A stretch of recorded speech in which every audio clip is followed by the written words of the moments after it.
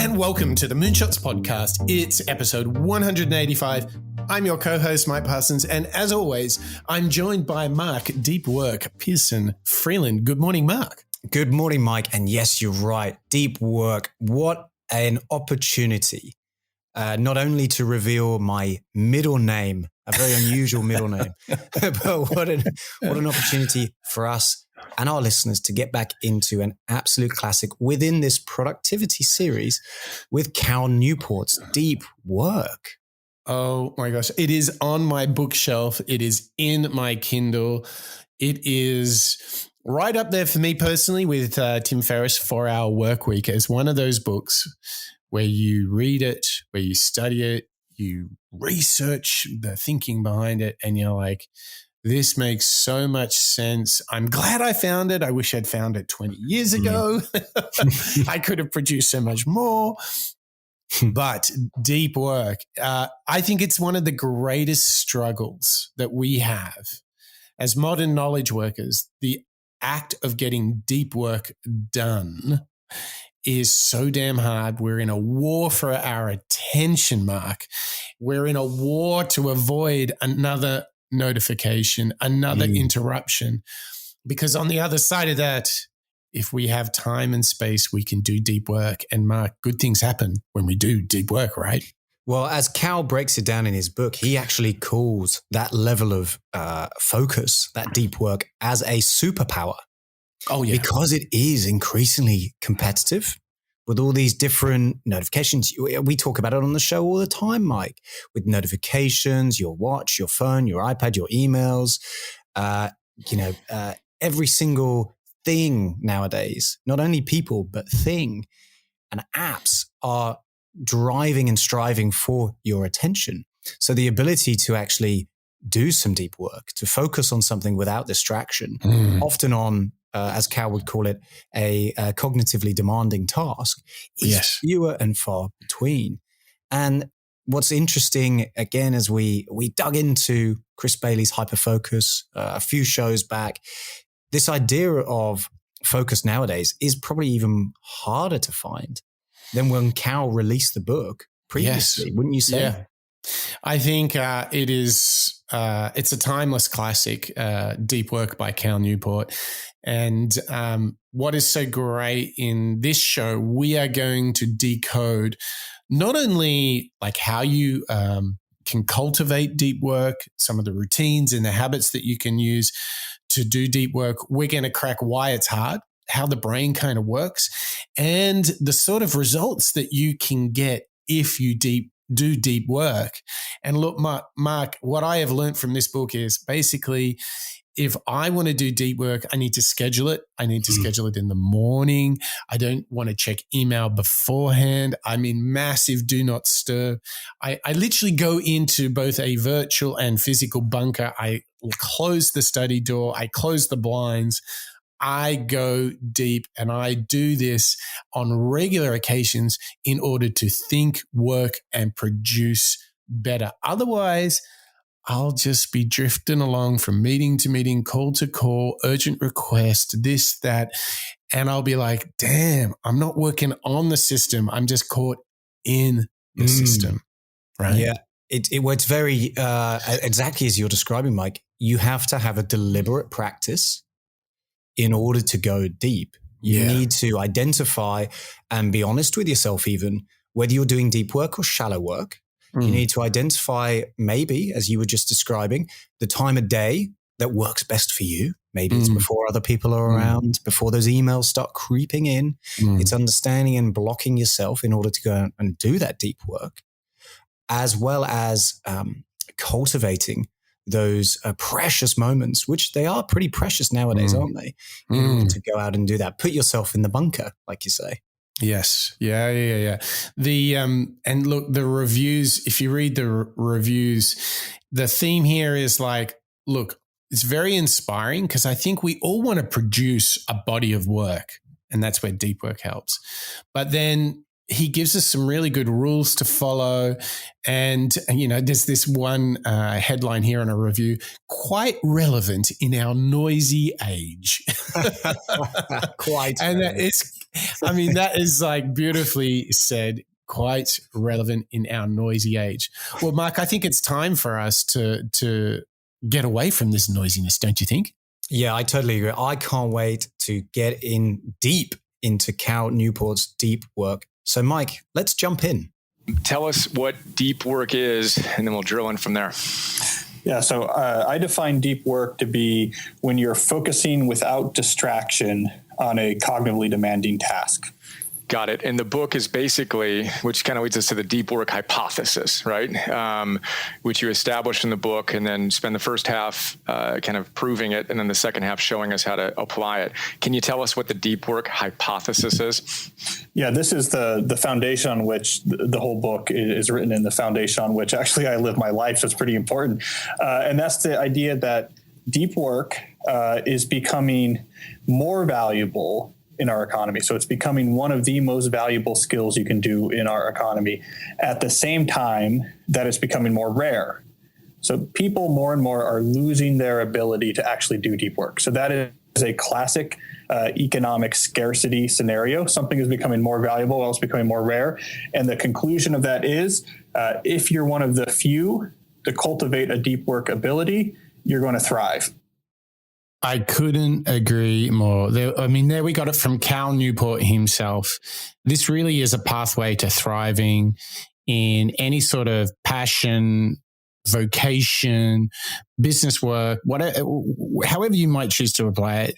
Deep work is the thing, because for me, it's that we're surrounded by a world of noise, and deep work is this practice of where instead of knowing just half of the picture or half of the story, you can know something back to front and upside down. And when you do that, you can then apply it to your work and get the benefit of it. And to me, deep work is the elixir. It's the medicine to all what you might call the shallow work that we get so preoccupied with. Yeah, I love his economic argument as well, where he's saying, hey, just the fact of the marketplace now in the job and skill and abilities market is such that those of us that can cultivate this deep work ability will be more productive and therefore also more valuable. So, he's saying that there's a financial incentive and a career advancement incentive for us to invest in this as well. But, you brought up the idea of shallow work. It's not easy to do this deep work because there's all these competing forces. And so here's how Cal conceives of the difference between what deep work is versus what shallow work is. Tell us the difference and tell us where most of us spend our time. Yeah, it's important because people are not, they're not lazy, right? So it's not the case that most people just aren't working much. Yet at the same time, they're doing less and less deep work and getting worse at deep work. So what are they doing instead? So this is where we have this notion of what I call shallow work, which are tasks that do not require distraction-free focus. They tend to be logistical in nature. They tend not to actually apply your hard-won skills or create a lot of new value in the world.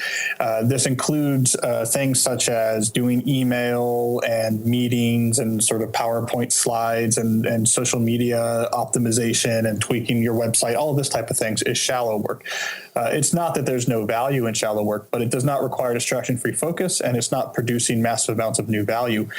So the reason why we're busier than we've ever been before, yet doing less and less deep work than ever before, is that we're spending more and more of our waking hours dedicated to these shallow work efforts. Yeah, this just triggers this visual in my head of all the people that you see just being busy, but not really productive. And I think one of the greatest time suckers or shallow practices is emails and meetings that don't really need to happen. And, how many people do you see or experience, or even for yourself that matter, find that you're just going from meeting to meeting to meeting to meeting? And at the end of a day that's full of meetings for me, I literally feel like I have achieved nothing. Yeah, it's so easy for people to just jump onto our calendars and send us endless invites and fill our inboxes. And as you say, kind of, deal with all these urgent requests for our time. When it's actually, the art of setting aside and blocking out that time that is really the only way for us to combat that. Yeah, and I think it's perhaps short versus long term here. Like, it's in the short term, it's instantly gratifying to see that, oh, my whole day is booked with appointments. How busy am I? How productive am I? But therein lies the break, doesn't it? Because productivity doesn't come from just bouncing from meeting to meeting to meeting to meeting.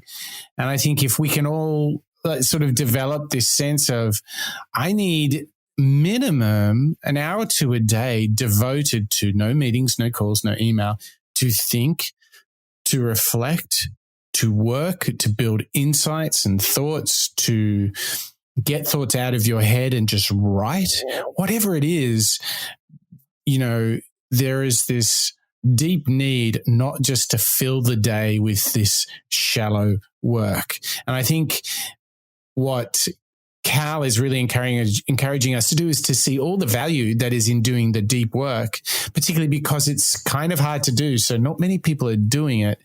And I think that this is one of the biggest meta observations of how people work these days. They're all very busy. They're all getting interrupted a lot. But are they really producing? And I think Cal is laying the context here for what comes later, which is, how we might think about going about deep work. Yeah. And he doesn't just say, hey, do deep work. He's actually got a formula, and in this earlier hypothesis of his, and this great definition of deep work that all kind of come together that helps us understand the difference between the deep and the shallow work, how we know that the activities that we're doing are actually, making a difference and having an impact in what you're doing. So here's Cal talking about the formula for deep work. Deep work allows you to produce at a massively higher level of productivity. Deep work allows you to produce at a massively higher level of value, your output. And 3, it helps you quickly learn complicated, valuable things. It's so good. And you have a formula that captures the kind of production rate. High quality work produced equals time spent times intensity of focus. And that example of the dissertation is fantastic. Your life, I think, is a fantastic example. You mentioned Adam Grant as well, and many others in the book.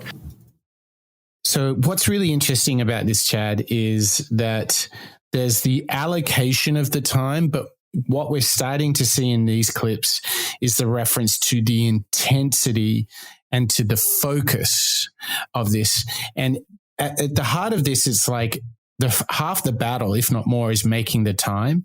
But then for me, deep work, once I've got that slot, it's all about don't check your emails, get away from social media, and then really go deep. And then later in the show, we've actually got some clips that are going to go deep into some of the practices that our listeners and you and I, Chad, we can all do these practices to go super deep. I think the real point here is once you carve out the time, you've got to go deep and intensively into it. And for me, Chad, this is something that I hadn't done for a couple of weeks. And when I did it yesterday, it felt so good, but it felt like a gigantic effort to make that time. When you've made time for deep work, what are the ways you've made it possible or easy, Chad? Like it's still not even easy for me, and I love the stuff, and I can quickly fall into like a week of shallow work if I'm not careful. Mm-hmm. How do you what are your cheats to creating deep work, or what are the challenges you face? Where are you at with that? I mean, it's been any number of things. For the longest time in my early career, I worked from home. And one of the best decisions I made was to get an office space. And just the mere fact that I was driving into a different part of town and being in a different space made a big difference for me.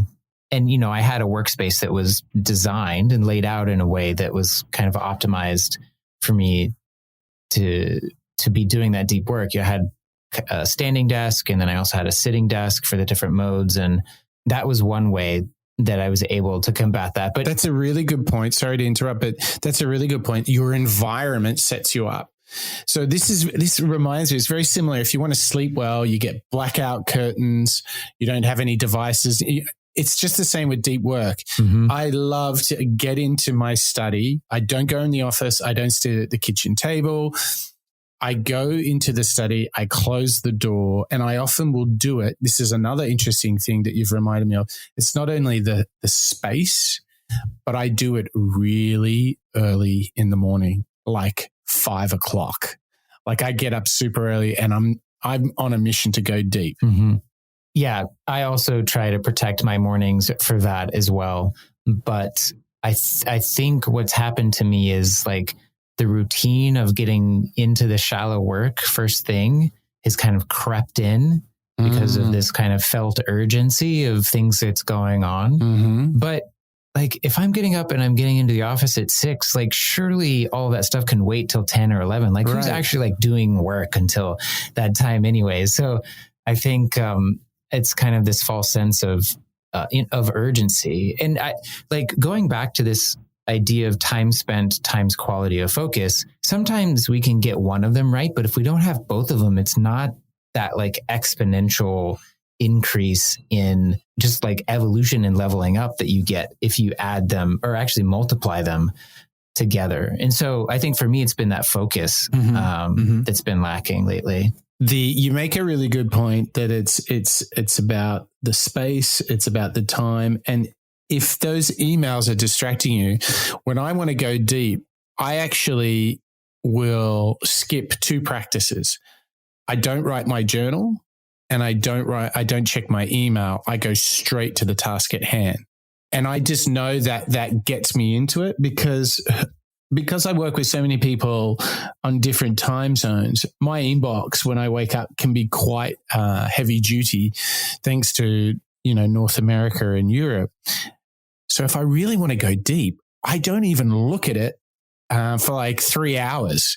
And if you can break the back of it and do it a couple of times, it actually becomes like you're really grateful because, ignorance is bliss. I don't want to know what's in the inbox. So that might be on your deep days, maybe just say, I'm not going to look in the inbox.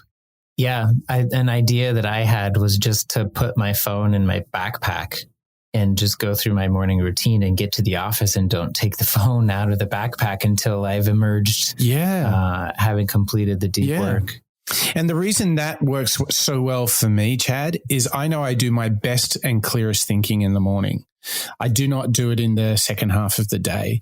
So any effort I can do to allocate my brain power to the most important thing, I will do that. And I know that email will just eat away. We're going to talk a little bit about attention residue later, but if I've opened up that inbox, go through my emails for half an hour and then get to work, I'm still going to be, I don't know, there's an edge that's taken off because it's like allocating RAM to your email. You don't instantly get it back. It takes time. And sometimes if something significant is in your inbox, it's just really hard to not think about it. Yeah. Isn't it? Yeah, it is. It is. I mean, I'm taking so many mental notes now of how I can improve my deep work practice, but I want to get back to the clips here. And Cal not only, moves forward this idea that he's really fleshed out in deep work, but he also ties it to other research, other, brain research, psychology, behavioral economics, like all of these different things. And here's a clip where he's tying it to all of the work that some of you may be familiar with around this idea of deliberate practice. There is a lot of connections between, from the world of performance psychology, the notion of deliberate practice and deep work. Deep work is actually a broader notion than deliberate practice, but we can learn a lot about it from the deliberate practice literature. So one of the reasons, I really say there's 3 reasons why I think deep work is becoming more valuable. And one of the reasons is exactly what you just touched on there, which is this notion that deep work is what's required to actually learn hard things. So we know now as the simple things, the rote things are becoming outsourced and automated.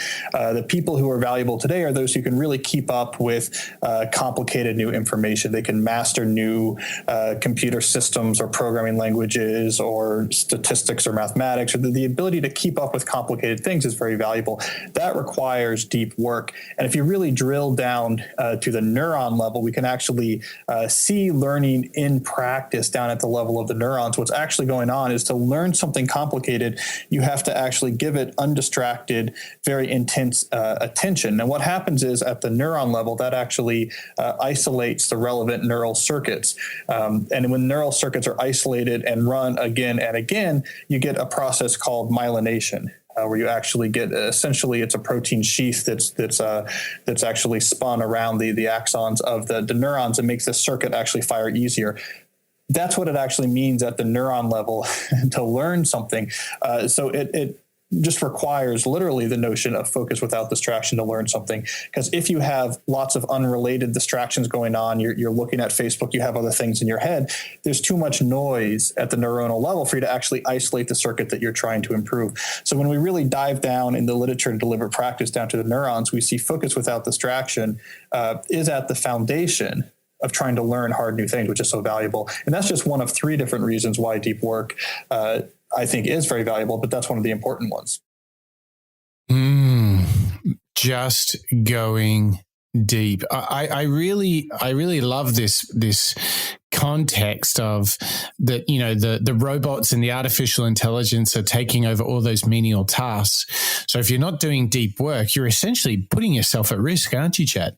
Yeah. I love how, I'm kind of a brain science novice amateur geek here, but he goes down to the level of explaining how your brain, if you're in this deliberate, distraction-free, focused environment of deep work, that there's chemical changes that are happening in your brain that is making you smarter. I don't know. To me, that is just like super cool.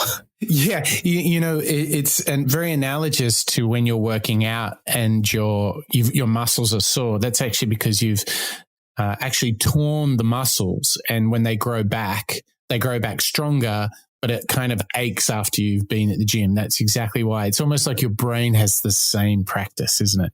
Yeah. And for me, just to know that there's this hard science behind this theory of deep work, and, Cal didn't do this research, others have, but this research and these findings really, again, if you haven't been sold on the practice of deep work by now, we've got many more clips for you in the rest of the show. Absolutely. To convince you. Absolutely. I mean, we've got 2 big buckets of clips remaining. We've got we're going to go deeper into some science, and then we're going to get into some really practical tips on how you might employ deep work to gain mastery and to be more productive. But a quick production note, don't forget, everything you hear on our show is available from moonshots.io. So I really want to encourage you to go and check things out there. And if you're sitting here and you're listening to the show on the Google Play Store or on the Apple iTunes Store, please go in and give us a review and a rating. Every show now, I've been talking about this, we get a couple more, which is fantastic. I think we need to get up to, what do you reckon is a good number? I think 50 reviews, Chad. What do you reckon? Yeah. Yeah, I've actually spoken to a few listeners who responded to the Find Your Why call to action. So I want to give a big, and I know that they have given us a good review. So thank you, Maria, for listening to the show, being a fan. And thanks to everyone that reached out after the Find Your Why episode to find our whys together. Exactly. So if you get a chance, jump into your podcatcher software of choice, give us a review, hit those stars, preferably 5, and give us all of that love because we really do appreciate it. Okay, so now it's time to continue. Back to the science. Back to the hardcore science. Where shall we start, Chad Owen? Yeah, so again, Cal, as the geek that he is, loves to bring in all of these other disciplines and brain science to back up this idea of deep work. And so in addition to this, what was it? Myelination, there's this idea that switching between different tasks actually is more costly than just doing one thing. So, if you believe, multitasking is great, I can get so much done. Well, we've got a clip here for you that may make you rethink that. Attention residue was a concept coined by a researcher named Sophie Leroy. It was actually brought to my attention by Adam Grant, who is this phenomenally successful professor at Wharton.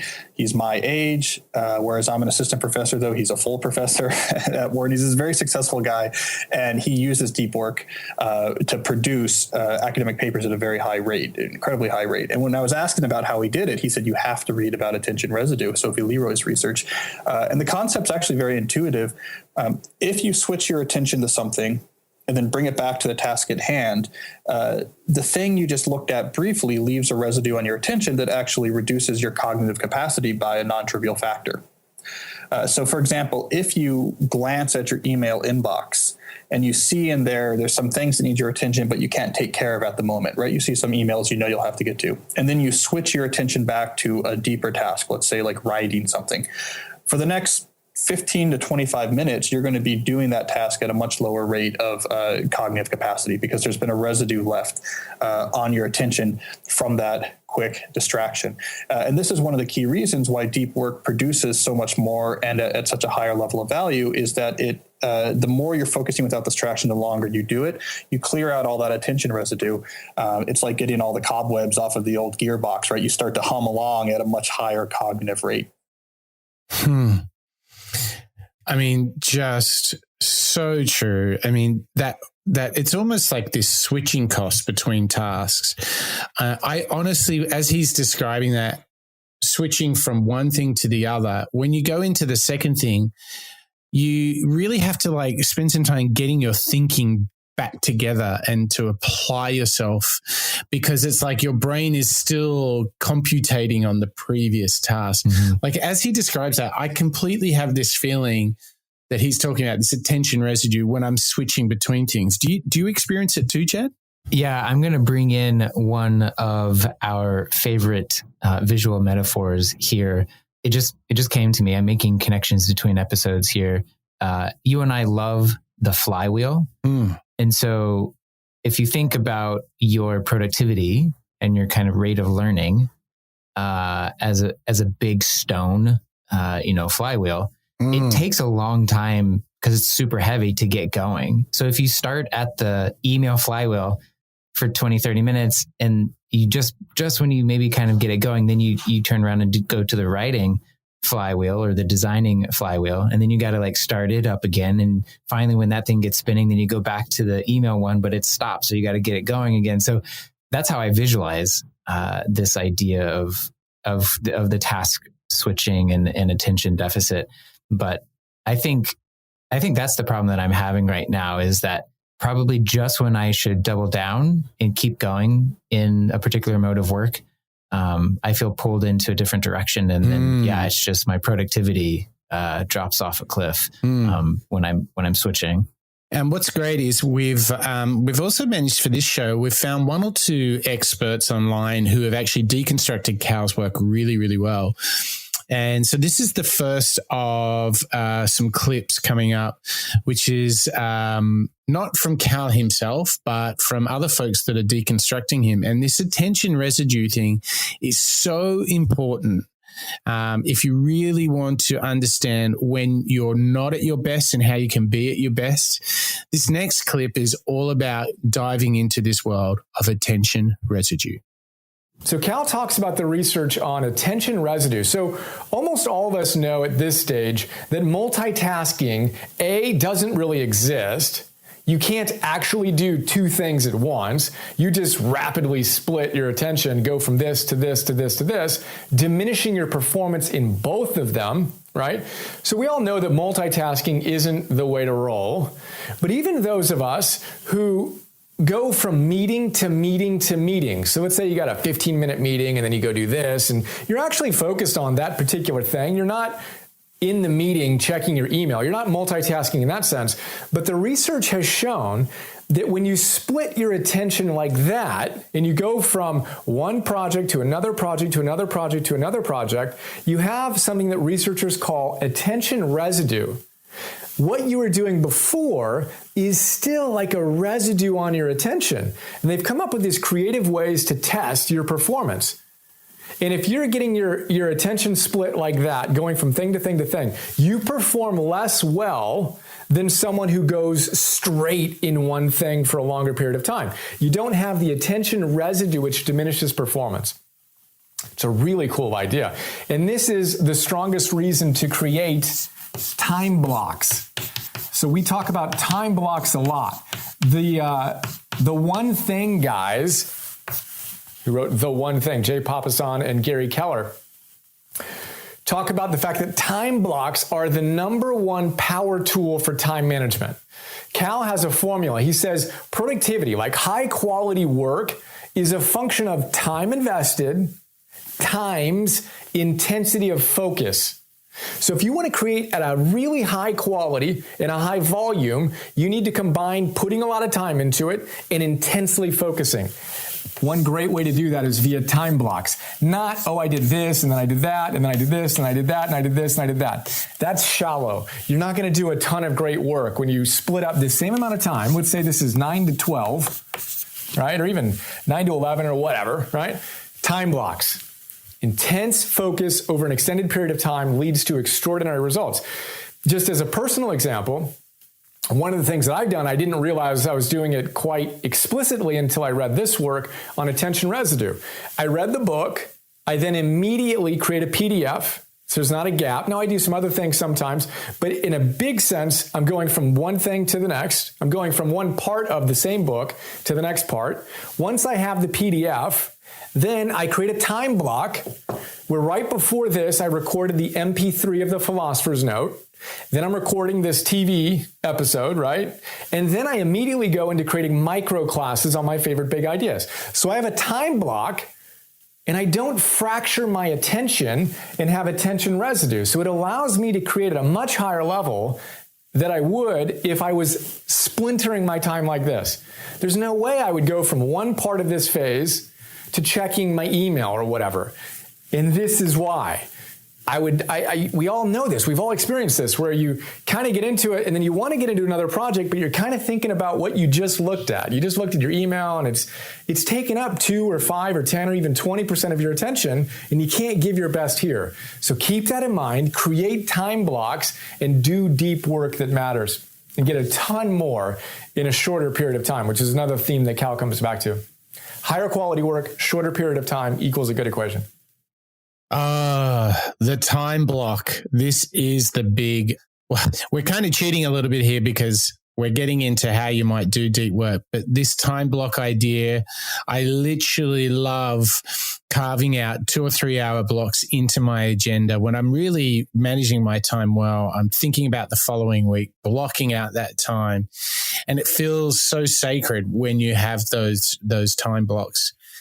I honestly think that making them sacred and then putting them in your agenda in advance, perhaps on a Monday morning, you look at the week, or even better on a Friday, you actually start allocating those time blocks. This for me, I totally resonate with this. It's all about carving out those time blocks. What about you, Chad? Yeah, I think for me, I have good intentions, but when it comes to the discipline of sticking, so like showing up for that time block, being prepared for the time block, showing up to the time block, and then working through the time block, something usually goes awry or amiss there. and sometimes they get blown up, or, maybe I misprioritize, or again, something urgent comes up. But I think for me, what's been tough is that self-discipline. So I'm kind of curious, like, you carved out an entire day yesterday. Like, how did you do that? How did you have the will and fortitude to defend and shield yourself from all of the attention, the needs on your attention that came your way? Oh, yeah. So part of it was that today is so jam packed. So we're sitting here and I'm 10:45 in the morning, and I've already had a board meeting at 5 in the morning. a conference call with a client at 7 a.m. and prepared for the show and this. So to be quite honest, today was so heavy that I used the opportunity to actually move things around and block the whole day. I literally arrived in the office at about 4:00 in the afternoon. And then when I got there, all I did was finish the post-production on the course before running off to rugby training. I mean, it was a little frantic because in transit, I had to catch up on all my email. In transit, I was making calls. Like I think I did 3 calls on the way to the office. It was a pretty intense day, to be quite honest. But I feel like even though I can feel that I'm tired today because of that, it was so worth it because as you know, I shipped a really significant piece of work and I did it on time. And that's really the benefit of the deep work there. Something that you just brought up there that I don't want to let slip is this idea of like a deadline or a goal. Oh, so good. Yeah, because you're like, I shipped it on time, right? Because there's like the time block and you're like, well, I said I'd get it done today. And so I kind of have to create that time and get it done to kind of, be honest with yourself. Mm-hmm. Absolutely.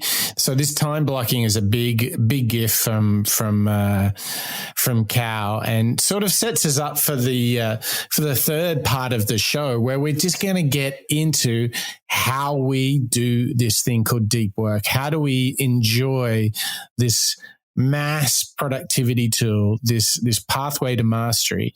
It all lays in deep work, and I think we've set the context. We've talked about the cost of switching between tasks, how we can just be, we can kind of get to a Friday and go, geez, all I've done is calls and meetings all week. So we've got to be really invested in doing it another way. And Cal has already set up for us that if you think about working in a knowledge economy, it's not about doing the shallow stuff, because that stuff is either going to Upwork or it's going to the machines. So you've got to be working on high value problem solving, and deep work is the ultimate tool for it. So with that said, Chad Owen, we're going to get into how we might do deep work. And the question is, where are we going to start? Well, Cal gives us a great list of what we can do. And so we've got that list and kind of the enumerated things. So this is just going to be jam-packed section with lots of great clips. So here's Cal talking about how to cultivate deep work. Yeah, so I have 4 big ideas for how to cultivate a deep work habit. And just to clarify what I mean by cultivate, it's really 2 things. One, it's actually improving your ability to focus, increasing the depth and intensity of your concentration, plus the actual logistical challenge of making time consistently in your schedule to do the deep work. I think you need both of those things in order to actually cultivate a deep work habit and to take advantage of the deep work hypothesis. So I had 4 big ideas. I call them rules. The first was work deeply. And this is about the idea that you actually have to, how you actually tackle your deep work when you do deep work. That matters, right? And you need to actually give some care to this type of work. You need to protect it and give it what it needs to succeed. The second rule is embrace boredom. And this really captures this idea that deep work is a skill, it's a skill, not a habit. It's like playing the guitar, not flossing your teeth. It's something you can't just choose to do. You have to train. And so this rule is all about, you need to go out there and train your ability to focus and resist distraction. You can't just expect that you'll be able to do it, even if you have the time for it. The third rule is quit social media. And this is really about if you're going to take your attention and ability to focus seriously, going through your life and cleaning house, right? Really making a statement that I am going to really set up my life in a way that really prioritizes concentration, focus as a tier 1 skill. And I argue for most professionals over the age of, say, 21, that's probably going to mean that you quit things like Facebook. And then the final rule is drain the shallows. And that's where it's really about how do you reduce and then control what remains of all the shallow obligations that permeates most people's knowledge work professional life. We can't get rid of the non-deep work, but how can you keep it controlled and minimized enough that you're left with enough time to do serious deep work and really make a difference? So I think if you can do those 4 things, you can really have a deeper, much more fulfilling life. Ooh, well, geez, where do we start breaking that down? Chad, that seems like the essence of doing this thing called deep work. What's the one out of his big 4, Chad? Which one just grabs you as being the most important, or the one that's most relevant to you, perhaps? Well, I think I'm going to give you the answer you're not expecting. Oh, yeah, okay. Because I actually think the last one of dealing with the shallows is probably what I should turn my attention to at the moment.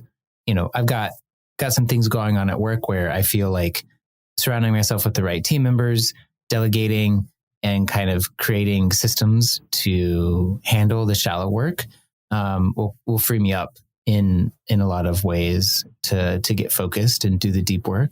But I mean, I got to give a shout out to my buddy Cal for saying get off social media, because I'm not on social media, but like here I am having trouble doing deep work. So like just doing that doesn't get it done. So I've got more work to do in some of the other rules that he has. Oh, I mean, when I heard that clip for the first time, the first person I thought of is Chad Owen. You are amongst friends with Cal Newport. Yeah, look, I really like what he's setting up for us here, which is, get intentional, clear the decks. Something that I really want to pull out here is that he says that it is a skill and not a habit. And if we just unpack that for a second, what he's really saying is this is like being a great athlete. You don't just have to train on the occasion. You have to intentionally train and get better at it. You have to search for the mastery of doing deep work. It's not like just brushing your teeth, and as long as you've just showed up, you're good. You've got to do more than just showing up. You've got to be at your best when you do it, because it really is such a battle. I mean, there you are. You said, I don't even use social media, and I'm still struggling getting this deep thing happening. Yeah. That is all the proof we need that this is a skill and not just a habit. Yeah. And here we're going to get into some more interesting examples, both from Cal in the book and as well as from Mark Winters, who we've been hearing from. But there's this. So you're saying, it's not just a habit. It's really the intense focus with the time spent. And so again, it's not just a recurring calendar time block. If you don't show up prepared with a goal in mind and that intense focus, not much is going to be accomplished. So we've got a clip here kind of jumping into some more practical ways to implement deep work around this concept of routines of deep work. Routines, our third big idea. Cal makes the point. So again, there's the why you should think about this. Then there's the how to go about doing it. He has 4 rules. We're going to talk about the first rule of working deeply. You need to create routines. You can't have the intention of, yeah, I get it. I want to do less shallow work and more deep work. You need to actually structure your life with routines and rituals to make that more likely to occur. And he talks about the fact that all great creators had routines. They didn't do it haphazardly. They didn't just hope that inspiration would strike. They created the routine such that it consistently showed up and they did deep work. He has 4 different ways that we can do this that are awesome. See if I can remember them. 1, the monastery approach. 2, the bimodal approach. I'll tell you in detail about these. 3, the rhythmic approach. And 4, the journalistic approach. So if we go through those 4, the monastery approach to creating routines is kind of the most extreme. It's what I love to do. Monastery, think of a monk who just detaches themselves from the matrix They didn't even check email. They're not involved online much, right? Or at all. And they just go to work. I call it hermit mode, right? You just can't get in touch with me. I turn on my phone once a week, only because my wife wants me to, right? When we're hanging out, just my son and I, taking adventures. That's monk mode, hermit mode. Now, a lot of people can't do that. It's extraordinarily powerful if you can do it. But he realizes, hey, you got to find your own style. Not everyone's going to do that. The second mode is called bimodal, which basically takes some of the benefit of the monk mode, but you also live kind of a normal life. He uses Carl Jung as an example. Carl Jung was a therapist in Zurich, but he also had a retreat house that he would go to where he was a monk. No distractions at all. He would write, but then he'd go back, and he had this bimodal approach to doing deep work.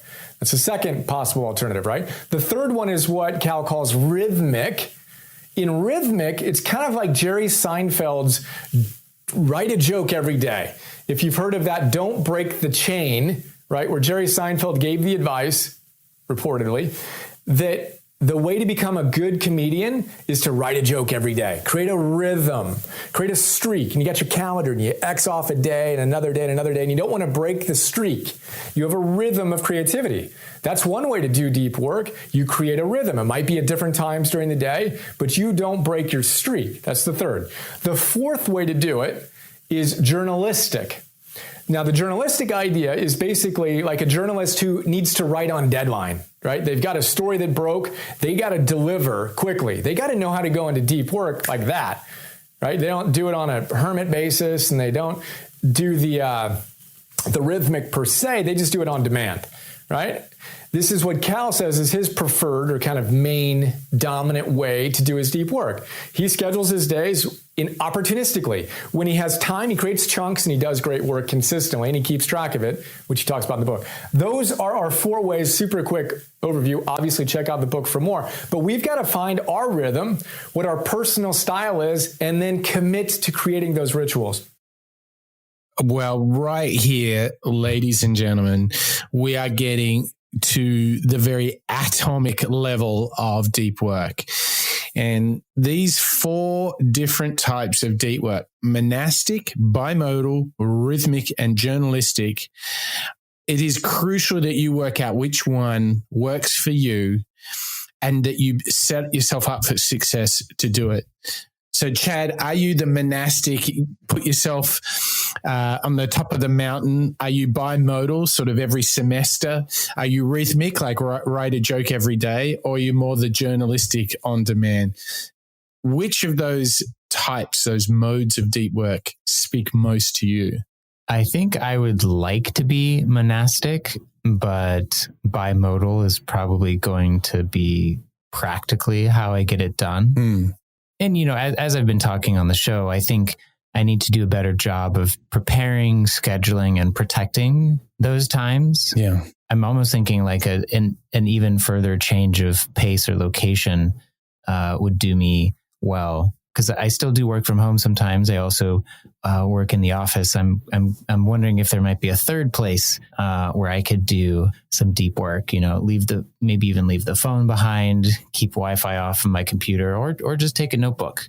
I think those may be some techniques to help me implement the bimodal method. Right.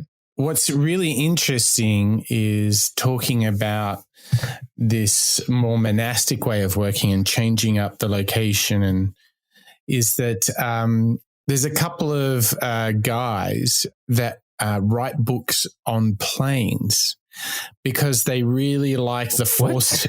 Yeah. That they really like the forced seclusion. So it's called plane riding, if you want to Google this. But there's actually people that I'm trying to remember, but there is a guy that has written several books on a plane because he's basically no choice but to be in this solitary situation.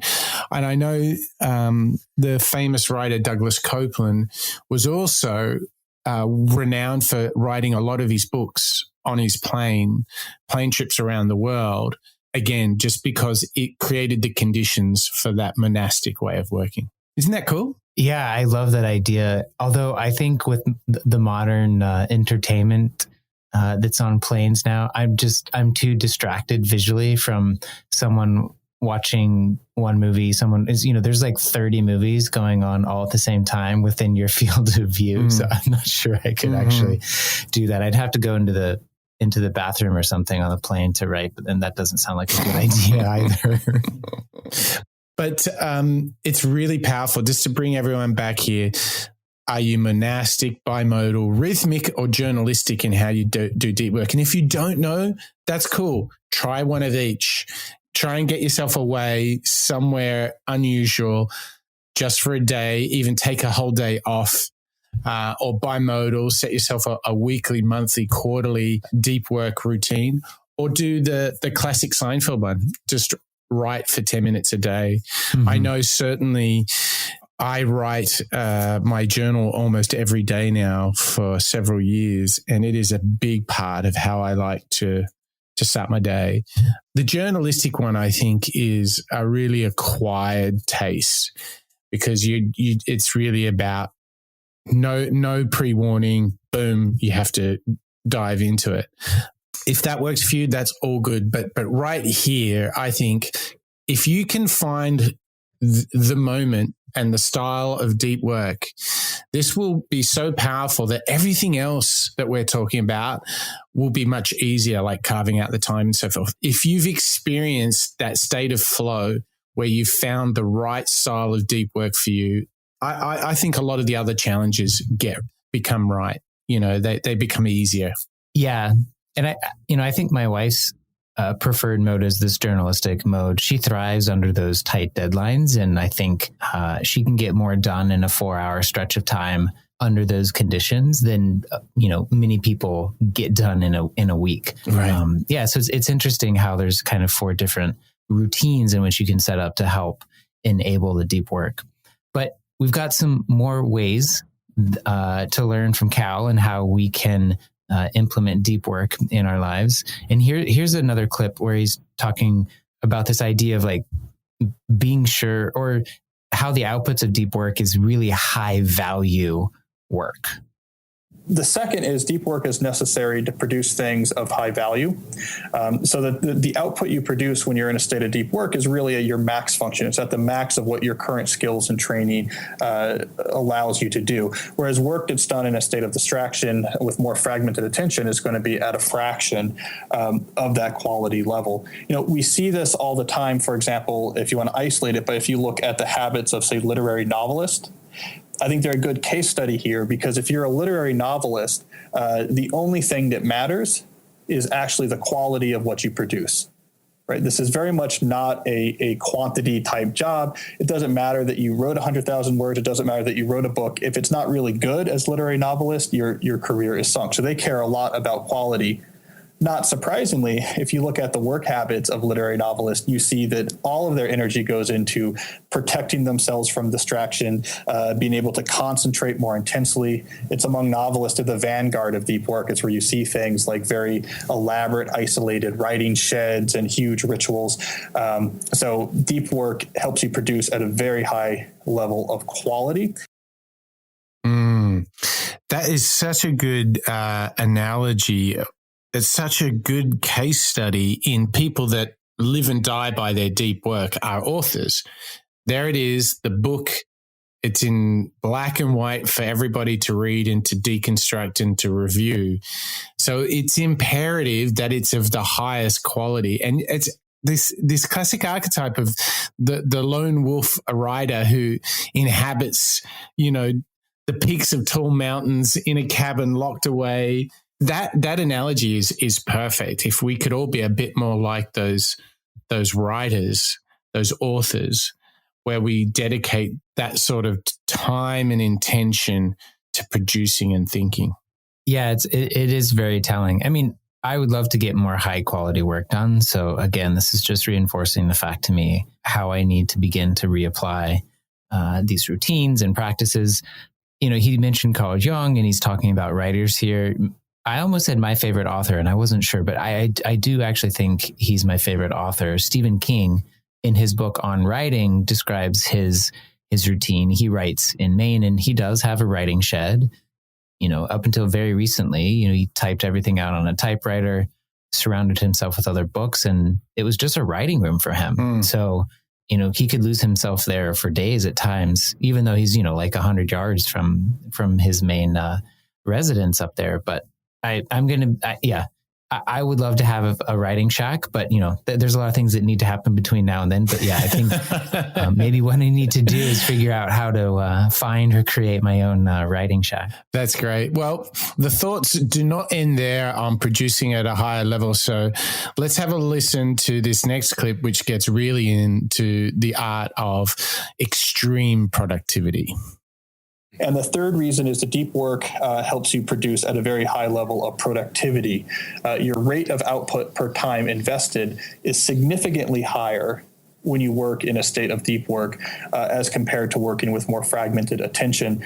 One story I tell in the book is of a PhD candidate named, he's also named Brian, but it's not you, but it's another Brian C, we'll call him. And he had to take a job at the university while he was writing his dissertation. He needed some, funding. He had to pay the bills. And his first year trying to write his dissertation, while also having this job and just trying to find time and do it when he could, he got one chapter done in the whole year. He said this is not working, so he put into place some deep work rituals, inspired in part about my writing on deep work. So he sort of had a way to really think about it clearly, where he took this hour and a half every morning, 5 to 6:30 a.m., and had for deep, completely undistracted concentration. And he was suddenly producing one chapter every 4 to 5 weeks as compared to one thesis chapter per year before. Wow. Well, that's a 10x increase. Yeah. It's a really stark case study in the before and after of deep work. And I think we would probably all find when we compared shallow versus deep work that those numbers kind of match up pretty closely. And again, I think what's interesting is there's a theme that he didn't touch it on his book, but you and I have discovered, which is it's about the space and the environment and setting yourself up for doing everything that Cal says, but how your environment plays such a big part in that. I find that it's almost the path to deep work is becoming so much clearer now because you set the environment and the intention, block the time, be uninterrupted, and go intensely deep for like 2, 3, 4 hours. Yeah. I still can't get over like the 10x improvement. He went from one chapter in a year to 1 to 2 chapters every 4 to 5 weeks.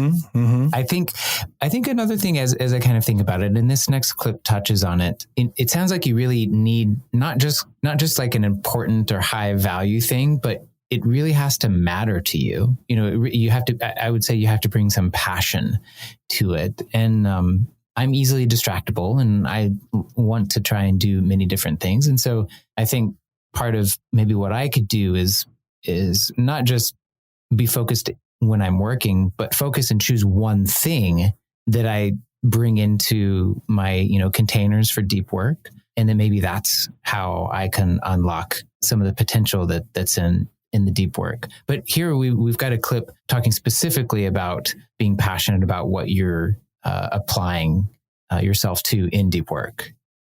Fourth big idea is an awesome one. It's one thing to say, hey, quit distracting yourself in Shallowville, right? That's not that inspiring though. That's a avoidance behavior. Quit doing that. What you really want to do is discover what you're just fired up about.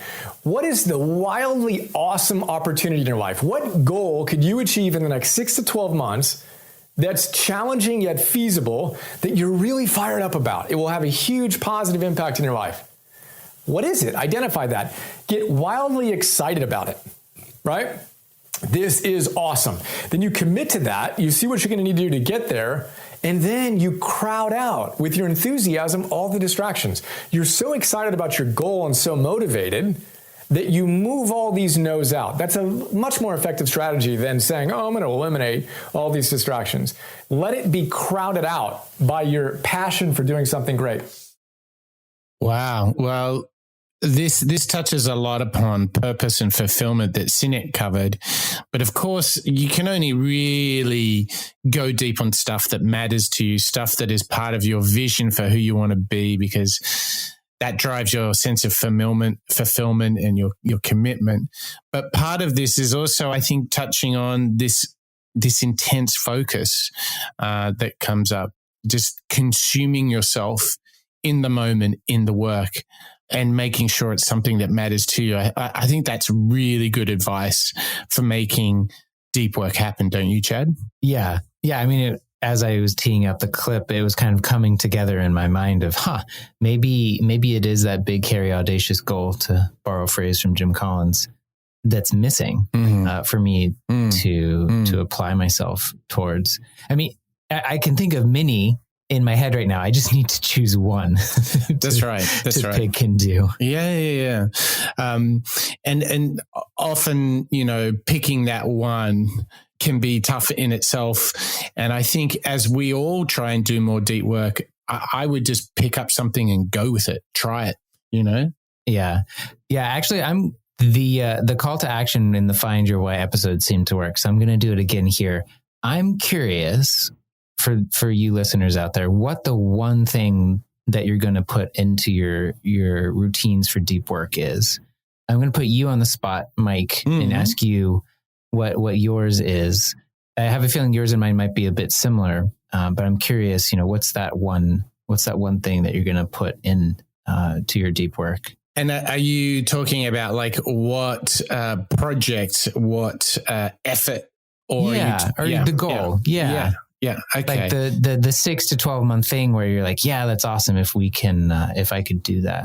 Well, certainly to build off the work that I did yesterday that we've mentioned on the show, making this course, I feel like if I could dedicate even 3 hours a week, every week, of just pure deep work on this coursework, cumulatively over time, this would be a ton of syllabus work that would be created. So what I've really got to do is invest that 3 hours into writing these innovation courses. I mean, I deeply enjoy the work. I like the challenge of it. It makes there's this saying, Chad, that if you want to learn something, you should teach it. Yep. So yeah, absolutely. So you're kind of doing it. It's like dual payoff there for you. Yes, that's right. That's right. Now, what about you? What comes to mind, Chad? I mean, you don't have to have all the answers, but is there some things that are floating around that you're tempted by? I know. I had a really great conversation with someone that I've worked with in the past, and we were talking about the medium of podcasts and podcasting, audio, narratives, and hearing people's voices in your head. There's something really fascinating to me about this medium. I think it's directly applicable in my personal life and also at work. So I think if I could become, a mini master of the medium, and having experimented in lots of different ways, shapes, and forms, both for work and in my personal life, I think that's something that I'd really like to turn my attention to. Like, nice. I think it's probably pretty easy to say like, oh, I want to write a book, or I want to I was trying to come up with something that wasn't maybe so quick and easy. I feel like I could do well if I can carve out the time and do the deep work. Absolutely. Well, let's hold each other accountable on the next show when we do our next Cal Newport book, which will be Digital Minimalism, which is a fascinating book too. Let's hold ourselves accountable. Let's make sure we've done that first session of deep work before we record the next show together. You know how busy I am right now. I'm like, oh man, you're making this real hard on me. Oh my gosh, the excuses, they've begun already. Chad Owen. Yeah. Well, listen, if we want to get these goals done and we want to be at our best when we're on, we also need to know how to turn off. And funnily enough, turning your brain on for deep work also includes the ability to turn it off. And the last clip for this show is once again this expert breakdown done on Cal's book, and this thought is really, really tasty. So let's get into the idea of shutdown is complete. The fifth big idea is shutdown complete. Cal talks about the fact that we need to create containers for our creativity. And he's amazing. He doesn't work past 5 o'clock or 5:30 or something like that. And he doesn't work on weekends. Yet somehow he creates way more than a lot of his peers. He's a young, untenured professor. That's a pressure-filled occupation.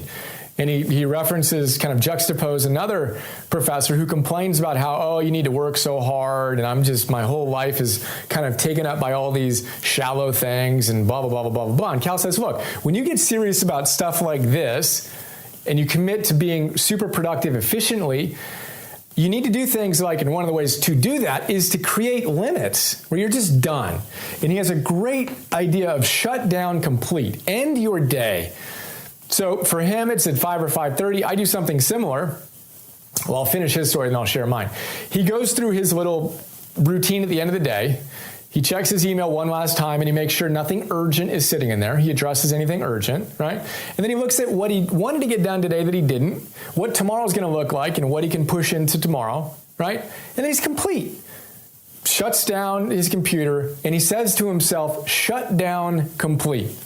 Very ritualistically done. Not going to think about it anymore until tomorrow morning. He's going to go enjoy his family, and he's going to give himself the rest that he needs in order to perform at a high level. So this is what we talk about, making waves, oscillate on, off. And one of the best ways to do that is to end your day at a certain time. I mentioned that earlier in the day, when I was reading this book, I interviewed Stephen Kotler and Dan Coyle. They both referenced this exact idea. Stephen Kotler said, being in flow, his thing is about the rise of Superman and the science of flow, optimal human experience. He says that's expensive. It's hard work to perform at a high level, to give a ton of energy to your craft. And the only way you can do that sustainably is to honor the rest phase. You got to know how to shut down. Jim Lohr said we need to train recovery. It's as important as anything else. Shutdown complete is a way to train recovery, so you're consistent, right? Dan Coyle said the same thing. He said that when he was a journalist, he wrote a story on the world's fastest men. And he laughed because he said, these guys, when they weren't racing and being the fastest men in the world, they were sleeping. They were napping all the time. They were professional nappers. It's the same thing. If you go that hard, you need to recover. And that applies physically and mentally. If you go hard mentally and you're creating time blocks of deep work, and you can't do that more than really 3 to 4 hours a day, if you're really doing it, you need to recover. Shut down complete. For me, it's digital sunset. The sun goes down, check in on the day, see what I did that I'm excited about and proud of, what I might not have gotten to, what's on the list for tomorrow, and then boom, turn it off, it's done. Turn it off, it's done. How good is that, Chad Owen? Yeah, it's funny because I was trying to see if I have a similar ritual. I do not say shut down complete, although maybe I should. I think I do this well. I come into the office, I do all my work, and right before I leave, I clear my desk. I don't ever leave anything out on my desk, and I turn my monitor off. I don't know, I guess the settings on it are such that it doesn't go to sleep automatically. But as I was thinking, like, that's kind of my shutdown ritual is once that monitor goes off, pick up my backpack and grab the dog and head out the door. And then I'm kind of, done for my work for the day. I'm curious if you have a similar ritual. Only in as much that I don't take my iPhone into the bedroom. I only read on my Kindle. I do no Netflix in bed. I am engineering my body to completely turn off when I sleep. It's a bit hard for me because of time zones with Europe to really flick the switch in the evenings, similar in the mornings because of the US. But I'll tell you one area that I'm very aware of, and this Sunday is a great example. I've been really busy the past 2 weeks, and my I've got plans this evening. I have sport and rugby for the entire day tomorrow on Saturday. And so I have a very clear thing that Sunday I'm going to be like a hermit. Nothing is happening. No work, no productivity. I am completely turning into a slob. I'm going to be watching Netflix. I'm going to be having fun with my family, having good food and chilling out. And there's going to be nothing that it looks anything like a productive work day. No email, no calls, nothing. I'm just going to detox. And that is crucial for me to be good next week. My Sunday needs to be a total detox. Yeah, I'm actually hoping for some of that tomorrow afternoon. My sister's invited me over to hang out with my nephew. So I've got to turn that monitor off by about 3:00 in order for me to do that. I love the verbalization of it. I don't know. There's something interesting about that. I'm kind of curious if maybe that's something that I could do. Yeah. It's almost like a positive affirmation saying, how there's that whole science behind saying positive affirmations out aloud to reinforce them. Yeah. Yeah. And like the shutdown complete, it's also like almost like a sigh, like, I got it done. It's like, it's like a small celebration. I like that idea. I'm going to experiment with that. I just hope my coworkers here in WeWork don't think I'm some kind of strange robot android. I'm sure they see you as a normal two-legged human being. But what a nice thought for us to wrap up this first of our Cal Newport series, this idea of shutdown complete. It's a little bit unexpected for such an intense, deep work episode. But I find that what we've really, really done when we look at this whole narrative of how we might spend this high productive, high mastery time is it's really about quality, not quantity. And that's my big takeout from revisiting this book. How about you, Chad? We've gone through a dozen or so clips. We've really refreshed ourselves. Do you feel a little bit closer to introducing deep work back into your routine? Yeah, there's so much I'm taking away. Find that big, hairy, audacious goal that you're really passionate about. Create those time blocks, defend them like your life depends on it. Create more of those time blocks more often. And just know that doing that high value work is going to have so many payoffs and literally change the way your brain functions working that way. I mean, it's all just so cool and reaffirming to me. I can't wait to start putting it back into practice. Nice. Well, as we said earlier, this is only the first of 4 shows where we're going super deep on Cal Newport. You've heard it from me first. I think he's the next Simon Sinek. Super smart, practical, sage-like advice for succeeding in this digital age of interruption and too many notifications, too many interruptions, if you will. So there you have it. That was deep work. Now, the next 3 parts of the series, we're going to cover digital minimalism.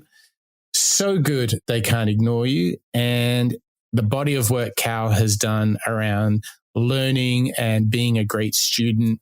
What a feast of ideas, and what a nice compliment to that lofty, purpose-driven world that we're in with Simon Sinek. Now we're getting almost into the very practical toolkit, if you will, of making it a reality every single day. Yeah.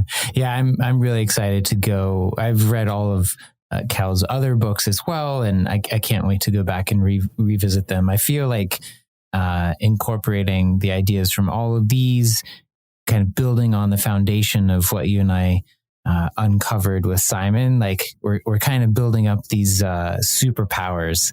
I feel like. And what's quite interesting is while they're very different type of storytellers, one thing that draws Simon and Cal together is just how clear they are in their thoughts. Their ideas are so well thought out. I mean, I found Cal, he's much more pragmatic in his tone, but he's equally comfortable with his subject matter, don't you think? Yeah. While Simon brings maybe more engaging stories or narratives into his work. I think Cal brings some irrefutable science and evidence for it. It's interesting how they're very convicted in their ideas, but they kind of back them up in different ways. So it's been very interesting to compare and contrast the two. Absolutely. Well, there you have it, Chad. Thank you for being part of this first of 4 deep dives into the world of Cal Newport. Deep work seemed like it was the perfect thing. It was like just what you needed to hear about, right, Chad? Yeah, exactly. I've got a few plane rides ahead of me, so maybe I can turn those into deep work sessions, see if I can write a book or 2. Oh my gosh. But thank you to our listeners. It's been wonderful to jump into a brand new author, to discover a whole new world. Very practical. I feel like there's 1,000,001 tips that came out of this show. I can't wait to dive into Digital Minimalism by Cal Newport. Thanks again to everybody. It's been a wonderful journey, and that's a wrap of the Moonshots podcast.